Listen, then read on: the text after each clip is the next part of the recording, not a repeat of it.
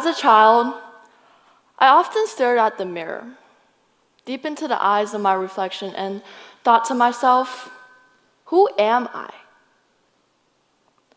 This question troubled me for years. The answer seemed so simple and reachable, but I just couldn't manage to grasp it.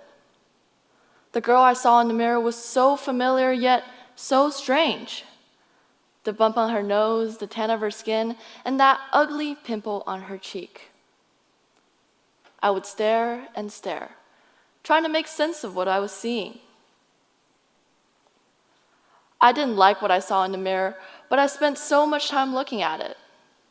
It felt like I was trapped, and there was no way out. Growing up was hard. I hated that I didn't have a complete family. I hated that I wasn't pretty. I hated that I wasn't smart, nor was I the most athletic. But above all, I hated myself for being so hateful.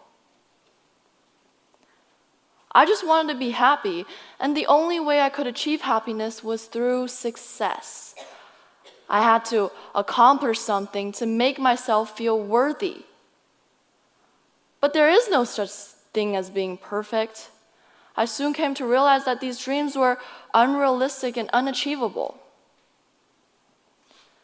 There's this old Chinese proverb I grew up with, and it goes like this: 人外有人，山外有山，山外有山，天外有天. It's a great message, isn't it? Oh, sorry, let me translate that for you. It means that there are people beyond people, mountains beyond mountains, and skies beyond skies. There's always someone better, always more to reach for. The chase for perfection was endless. I was never enough, and I could never be truly happy. Soon, this internal struggle began to externalize itself. The hatred I had from within began to spread. It turned into this ugly feeling of jealousy. I was jealous of my peers who did better than me academically, my teammates who were always in front of me during practice, and even my closest friends. I was jealous that they had a loving and complete family, a room all to themselves, and so much more to live for.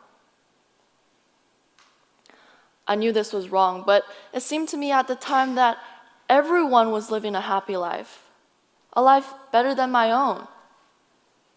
And it seemed so unfair. I had trapped myself in these miserable thoughts. The emotions surrounded me, wrapped around me, and suffocated me. It was like being in a dark, silent abyss. I was alone, hopeless, without a speck of light to be found. I never opened up to anyone about this because it felt wrong, like I was overreacting. I should be grateful for all I have, like I've been told all my life. There are so many people out there living without a home, without food, without clothes, without basic necessities, and I'm complaining about not being perfect? I was embarrassed, and I was ashamed of myself. I felt lost. My existence seemed to be worthless, and everything around me worthless too. What was the purpose of my life?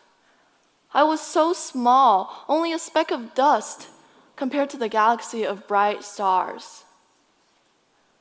I fell deeper into that abyss. It was consuming me, one step at a time. But giving up was not the answer. I knew I had to stand back up to face these dreadful thoughts and to break free from them. In the midst of my desperation, I was given an opportunity for change. My school was hosting this special event called Day of Understanding, and I was selected as an upperclassman leader who will be guiding younger students to talk about their feelings, struggles, and all that stuff. As you can tell, I was not interested at the time. But in the end, I decided to go anyway, because I felt that I really did need a break from school, and my good friend wanted me to keep him company, so I decided to give it a try. The event took place for a whole week, with the first day being a training day, where the upperclassmen leaders like me learned about our duties, in which we put into practice on a later day in the week. Our job was to guide the younger students through a journey of emotional exploration. Big word there, I know, but bear with me. In simpler terms, our ultimate goal is to understand ourselves and understand each other. At the end of the second day, when the activities actually took place, we all sat in a circle and shared a piece of our lives, one that others may not think of when we first meet them. I passed around the piece of napkin to everyone in my group, including myself and the upperclassmen leaders, in which we ripped and threw away after each story. It was a metaphor for letting go. I looked at the people around me and heard them tell of their most personal, unspeakable experiences. That day, I learned that a friend I had known since middle school was dealing with alcoholism in her family, and that it broke her life apart. I learned from a freshman group mate that her dad was abusive and she had to move completely away into a different city just to get away from him.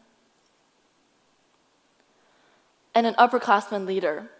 She was confident, optimistic, and spoke so proudly it seemed that nothing would ever be in her way. But then she told us that she was once suicidal and was one step away from committing. Everyone had a story. Everyone had a struggle. At that moment, I realized no matter how happy or successful someone looked on the outside, deep down, there was a part of them that was shattered, broken, irreparable. But I believe there's still hope. I looked at the people around me. It was like seeing them for the first time again. The people I go to school with, the ones I've known for years, my closest friends, I see them succeeding, failing, having moments of joy and contentment, but also of anger, frustration, and defeat. Everyone had a struggle, problems in their life that no one else knows about. Our understanding of each other's lives are so shallow, and it rarely occurred to any of us. I've always been told to put myself in others' shoes, but I never truly understood how. After a day of understanding, I realized what the problem was. We must first take off our own shoes before we can step into another's. Accepting yourself for who you are is just as difficult as working yourself towards perfection. Some think that perfection is the ultimate goal to strive for, and reaching perfection was the definition of success. But we all know that's not realistic. After all, there is only one first place, just like how there's one last place. When there's excellent people in this world, there's bound to be those who are ordinary, and that's okay. There's no significance in the nature of these numbers. Instead, it's the people who read them that give it a meaning. So why don't we read them in a different way? Every number is unique. As a child, have you ever tried to count and see how big of a number you can get to? Well, I certainly have. And guess what the result was? There was no end. I counted and counted until I had to stop. Not because I reached an end, but because 6-year-old me lost patience and decided to go watch my Friday night cartoon instead. There are an infinite amount of numbers, an infinite amount of possibilities. Each and every one of us is different from the other. We have different talents, backgrounds, successes, failures. It's what makes us, us. Sometimes people like me get so caught up with being the number one that we forget about the other things life offers us. Now that I think back to my struggles, I find that there was light, even in the darkness. Though my dad was never there for me, I had my mom and I had my brother who gave me so much love, so much that my childhood was by no means less than anyone else's.